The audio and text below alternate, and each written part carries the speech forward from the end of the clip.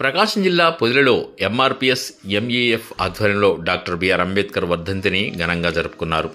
స్థానిక ఏబిఎం పాఠశాల వద్ద ఏర్పాటు చేసిన ఈ కార్యక్రమంలో ముఖ్య అతిథులుగా మండల విద్యాశాఖాధికారి M Srinivasa Reddy, circle inspector T Venkateswarlu, sub inspector V Vemana, TNSF రాష్ట్ర కార్యదర్శి వరికుంట్ల అనిల్, గొట్లగడ్డు సర్పంచ్ పెరిక సుఖదేవ్, గొల్లపూడి జాన్బాబు పాల్గొన్నారు.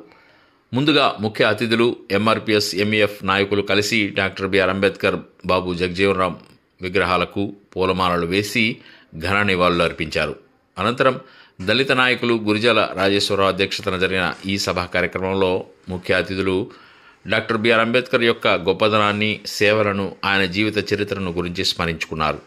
ఈ సందర్భంగా పేదలకు అన్నదాన కార్యక్రమాన్ని ఏర్పాటు చేశారు.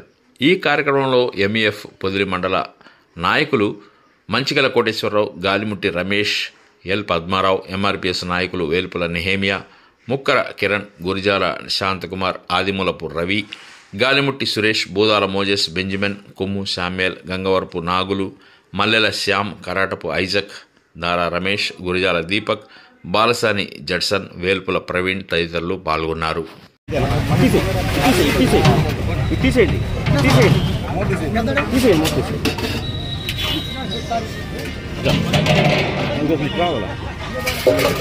फोटो